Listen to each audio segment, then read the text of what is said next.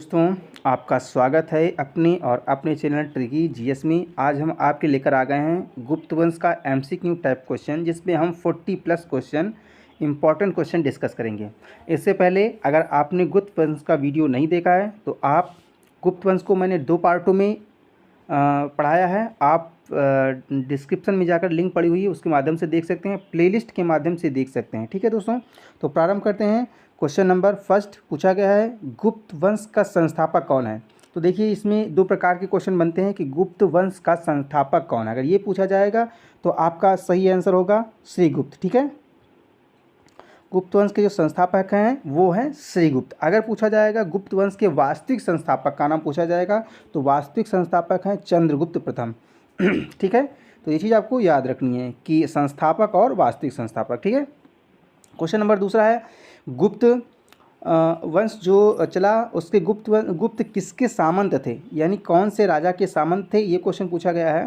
तो यहाँ पर सही ऑप्शन हो जाएगा ऑप्शन नंबर बी, कुषाण वंश के ये क्या थे दोस्तों, सामंत थे। किसके? कुषाण वंश। इससे पहले हमने डिस्कस किया है कुषाण वंश के बारे में, आप प्लेलिस्ट के माध्यम से देख सकते हैं। क्वेश्चन नंबर 3 पूछा गया, गुप्त वंश के किस शासक ने सर्वप्रथम महाराजाधिराज की उपाधि धारण की। ठीक है, तो इसका सही ऑप्शन हो जाएगा दोस्तों ऑप्शन नंबर बी, चंद्रगुप्त प्रथम। चंद्रगुप्त प्रथम ने सबसे पहले महाराजाधिराज की उपाधि ग्रहण की। ठीक है, क्वेश्चन नंबर 4 लिखा हुआ है, गुप्त वंश का एक महान खगोल वैज्ञानिक एवं गणितज्ञ था।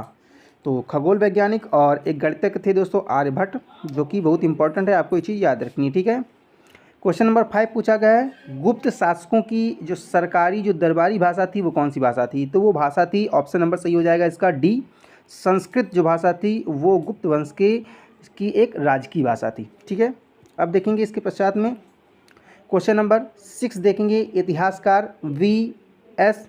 स्मिथ के अनुसार भारत का नेपोलियन जो वी.एस. स्मिथ जो भारत का नेपोलियन कहा है, किसको कहा है। तो इसका ऑप्शन नंबर सही हो जाएगा समुद्रगुप्त। समुद्रगुप्त को भारत का नेपोलियन कहा जाता है। किसको कहा जाता है? समुद्रगुप्त को। ठीक है, क्वेश्चन नंबर 7 देखेंगे, गुप्त वंश में किसके शासनकाल में हूणों का आक्रमण हुआ। तो हूणों का आक्रमण जो कि एक बहुत बर्बर जनजाति थी मंगोलिया की। ठीक है, और मंगोलिया में आप चंगेज खां के बारे में जानते ही होंगे, उससे पहले हूण आए थे।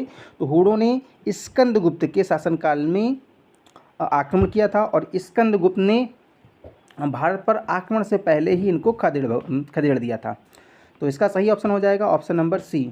ऑप्शन नंबर सी इसका सही आंसर है। अब देखेंगे क्वेश्चन नंबर 8 में पूछा गया है, गुप्त वंश जो राजवंश किसके लिए सबसे प्रसिद्ध थे।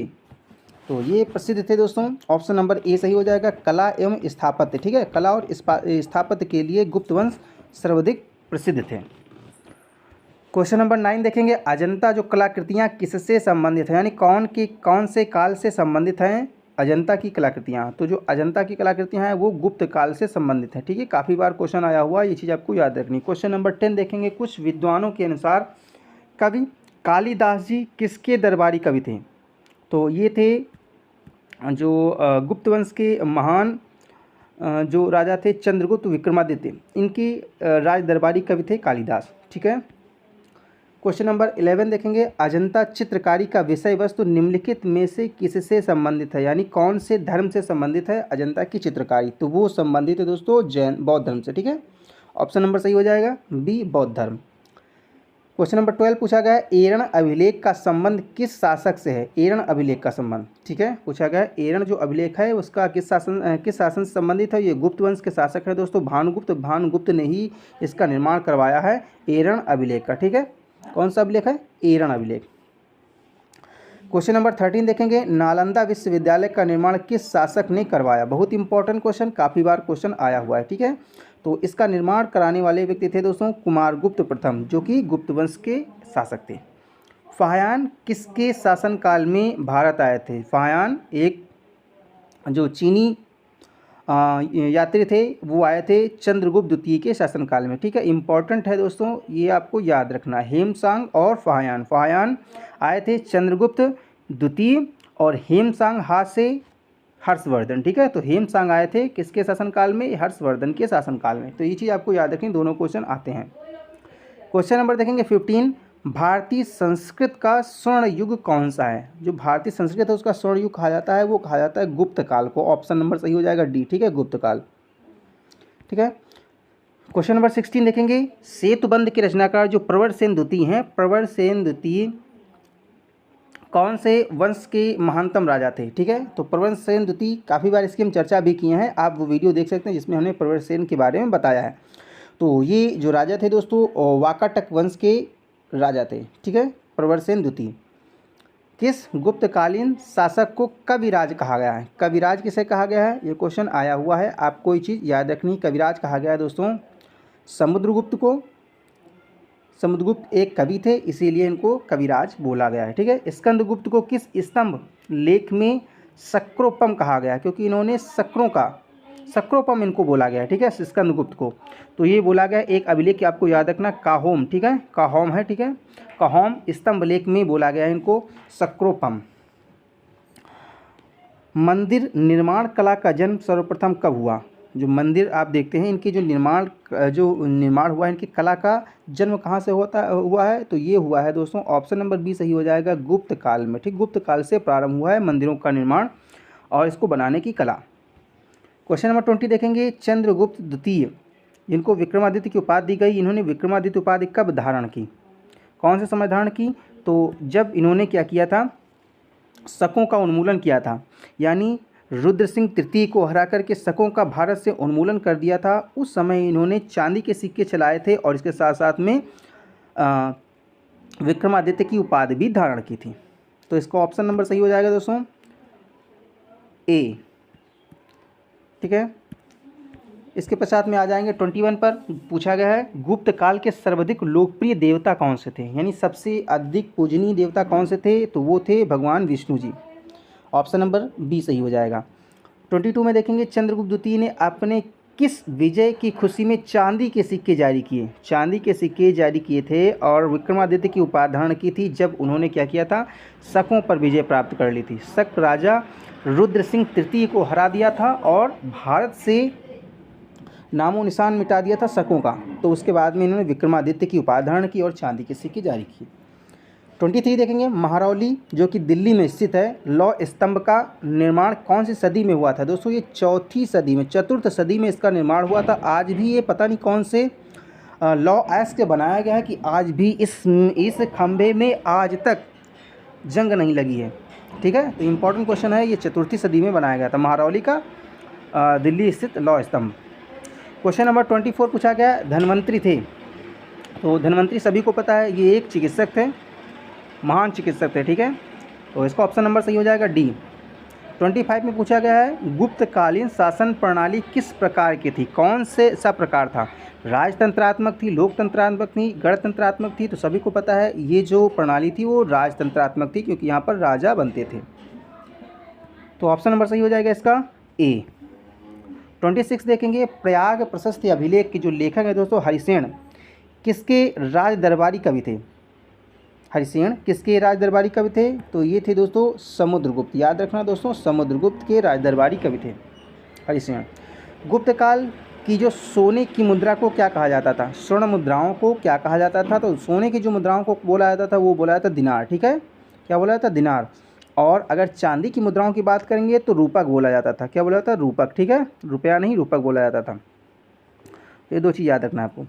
28 पूछा गया। कुमार संभव महाकाव्य किस कवि ने लिखा है? ठीक है, यहाँ पर एक चीज़ और समझ लेते हैं। 27 में जो बताएगा सोने की मुद्रा। ठीक है, तो सोने की मुद्रा को बोला जाता था दिनार। और सर्वाधिक सोने यानी सबसे पहले सोने के सिक्के जो जारी किए थे वो जारी किए थे हिंद यवनों ने। सर्वाधिक सिद्ध अगर शुद्ध की बात की जाए सोने के सिक्के तो कुषाण वंश के शासन में काल में जारी किए गए थे। और सर्वाधिक सबसे ज़्यादा सोने के सिक्के गुप्त काल में चलाए गए। ये चीज़ आपको याद रखनी है। पूछा गया है 28 में कुमार संभव महाकाव्य किस कवि ने लिखा है? तो ये लिखा है कालिदास जी ने, जो कि नवरत्नों में से एक थे चंद्रगुप्त विक्रमादित्य के। बाल विवाह एवं सती प्रथा के साक्ष्य किस युग से मिलते हैं? तो वो युग था गुप्त काल। गुप्त काल में अभिलेखों से प्राप्त होता है बाल विवाह और सती प्रथा। सोने का सर्वाधिक सिक्का किस काल में जारी किए? तो इसके पहले हम चर्चा कर चुके हैं। यहाँ पर आप समझ लीजिए कि सर्वाधिक अगर की बात आएगी, सर्वाधिक सोने के सिक्के गुप्त काल में चलाए गए। सबसे पहले हिंद यवनों ने सोने के सिक्के जारी किए। और अगर बात की जाएगी कि सर्वाधिक शुद्ध सोने के सिक्के किसने चलाए, तो कुषाण काल में चलाए गए। ठीक है, 3 क्वेश्चन आपको याद रखना, बदल बदल कर क्वेश्चन ये आते हैं। 31 देखेंगे, गुप्तकालीन सिक्कों का ढेर कहाँ से प्राप्त हुआ। बहुत से गुप्तकालीन सिक्के जो मिले हुए थे किस स्थान से प्राप्त हुए हैं, तो वो प्राप्त हुए हैं दोस्तों, एक स्थान पड़ता है भरतपुर बयाना। ठीक है, बयाना में दोस्तों प्राप्त हुआ है, सर्वाधिक सोने के सिक्कों के ढेर प्राप्त हुए हैं। नालंदा विश्वविद्यालय के संस्थापक कौन है, काफ़ी बार क्वेश्चन पूछा जा चुका है। तो नालंदा विश्वविद्यालय के संस्थापक कुमारगुप्त प्रथम हैं, जो कि गुप्त वंश के शासक थे। गुप्त शासकों द्वारा जारी किए गए चांदी के सिक्कों को क्या कहा जाता था, इंपॉर्टेंट, इससे पहले हम चर्चा कर चुके हैं। तो उनको बोला जाता था रूपक, चांदी के सिक्कों को रूपक बोला जाता था और सोने के सिक्कों को दिनार बोला जाता था।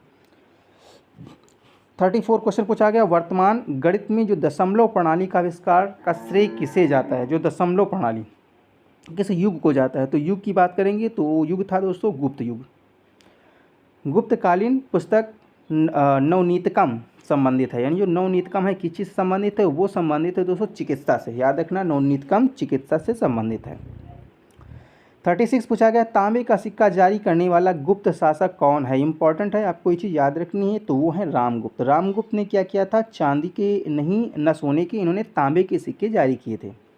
किस गुप्त शासक ने दक्षिणापथ, ठीक है, दक्षिण के जो 12 राज्यों पर धर्म विजय प्राप्त की थी, वो राजा कौन थे, तो वो थे समुद्रगुप्त। ये आपको याद रखना। ठीक है, इनके बारे में हमने डिस्कस किया है, विस्तृत रूप से पढ़ाया है दोस्तों अभी गुप्त काल के फर्स्ट वीडियो में, तो आपको वो वीडियो देख लेनी है।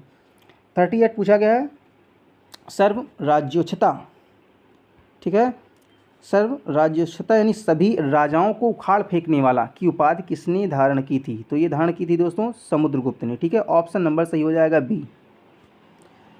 39 पूछा गया है, किसने शक वंश के अंतिम शासक रुद्र सिंह तृतीय को पराजित किया, तो पराजित किया था चंद्रगुप्त द्वितीय ने। ठीक है, चंद्रगुप्त द्वितीय ने इसे पराजित किया और इसी शकों का भारत से उन्मूलन किया और इसके उपलक्ष्य में उन्होंने विक्रमादित्य और चांदी के सिक्के भी चलाए। ठीक है, विक्रमादित्य की उपाधि धारण की और चांदी के सिक्के चलाए। क्वेश्चन नंबर 40 पूछेंगे, एक है चंद्रगुप्त के द्वारा निर्मित सुदर्शन झील, आपने काफ़ी बार इसे पढ़ा है सुदर्शन झील। ठीक है, चंद्रगुप्त मौर्य के द्वारा ये बनाई गई थी। तो सुदर्शन झील को दूसरी बार ठीक है, दूसरी बार किसने मरम्मत करवाया था, तो इसको दूसरी बार मरम्मत करवाया था स्कंदगुप्त ने। किसने, स्कंदगुप्त। ऑप्शन नंबर डी सही हो जाएगा। अब देख लेंगे दोस्तों 41, क्योंकि ऐसे क्वेश्चन काफ़ी अब जो लेटेस्ट एग्जाम आ रहे हैं तो इस प्रकार के क्वेश्चन काफ़ी पूछे गए हैं ना। ठीक, तो उत्तर प्रदेश में जो बीओ की परीक्षा हुई थी उसमें ये क्वेश्चन पूछा गया था। इसके अतिरिक्त अलग अलग परीक्षाओं में इस प्रकार के क्वेश्चन पूछे गए हैं, तो हम इसको कवर कर लेंगे क्योंकि यहाँ से आपको कोई कन्फ्यूज़न ना रहे। पहला क्वेश्चन यह है, सुमेलित कीजिए। तो चंद्रगुप्त प्रथम महाराजा धीराज की उपाधि जो धारण करने वाले व्यक्ति थे वो सबसे पहले कौन थे, चंद्रगुप्त प्रथम, हम डिस्कस कर चुके हैं। अश्वमेघ पराक्रम ये उपाधि धारण की थी समुद्रगुप्त ने। परम भागवत की उपाधि धारण की थी चंद्रगुप्त द्वितीय ने। और शक्रोपम, है ना, ये स्कंदगुप्त ने धारण की थी। तो ये हमने क्या किया है, सामने सामने ही इसको रख दिया है जिससे कि आप इसको अच्छी तरीके से पढ़ सके, आपको ये चीज़ याद हो सके। ठीक है, तो इसी याद कर लेना। इसमें भी पूछा गया प्रयाग प्रशस्ति, ये किसके शासनकाल में, तो ये समुद्रगुप्त के द्वारा प्रयाग प्रशस्ति का निर्माण करवाया गया था। और विल्सन स्तंभ लेख जो बनवाया था वो कुमारगुप्त ने बनवाया था। और भीतरी स्तंभ लेख स्कंदगुप्त ने। और मंदसौर जो अभिलेख था वो बंधुवर्मन ने। ठीक है, यहाँ पर देखेंगे चंद्रगुप्त प्रथम की जो पत्नी थी उनका नाम था कुमार देवी। ठीक है, ये इंपॉर्टेंट है, आपको ये चीज़ याद रखनी है। ठीक है, ये काफ़ी बार क्वेश्चन आया हुआ है, ये यूपी पीसीएस में भी आ चुका है क्वेश्चन और बीपीएससी में क्वेश्चन आ चुका है और इसके अतिरिक्त अलग अलग एग्जामों में क्वेश्चन ये पूछा गया है। तो चंद्रगुप्त प्रथम की जो पत्नी थी वो थी कुमार देवी। ठीक है, रामगुप्त की पत्नी का नाम ध्रुव देवी था। समुद्रगुप्त की पत्नी का नाम था दत्ता देवी। और रुद्रसेन द्वितीय जो कि समुद्रगुप्त के दामाद थे। ठीक है, इनका नाम था रुद्रसेन द्वितीय और इनकी समुद्रगुप्त की जो पुत्री थी उनका नाम था प्रभावती गुप्त। ठीक है, तो ये यहाँ से मैच हो जाएगा।